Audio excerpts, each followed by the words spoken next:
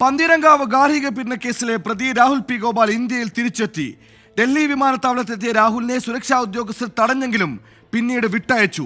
ഹൈക്കോടതി വിധി നിലനിൽക്കുന്ന പശ്ചാത്തലത്തിലായിരുന്നു തീരുമാനം.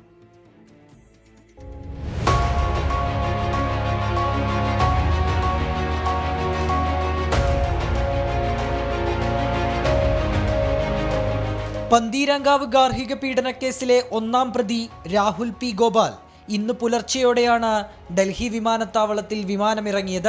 ഇയാൾക്കെതിരെ ലുക്കൌട്ട് നോട്ടീസ് ഇറക്കിയിരുന്നതിനാൽ സുരക്ഷാ ഉദ്യോഗസ്ഥർ കസ്റ്റഡിയിലെടുത്തു.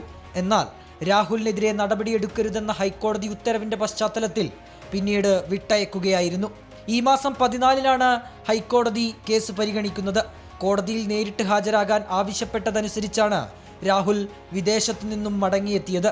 കേസിലെ പരാതിക്കാരിയായ പറവൂർ സ്വദേശിനി മൊഴിമാറ്റിയതിന് പിന്നാലെ കേസ് റദ്ദാക്കണമെന്നാവശ്യപ്പെട്ട് രാഹുൽ കോടതിയെ സമീപിക്കുകയായിരുന്നു. 24 കോഴിക്കോട്.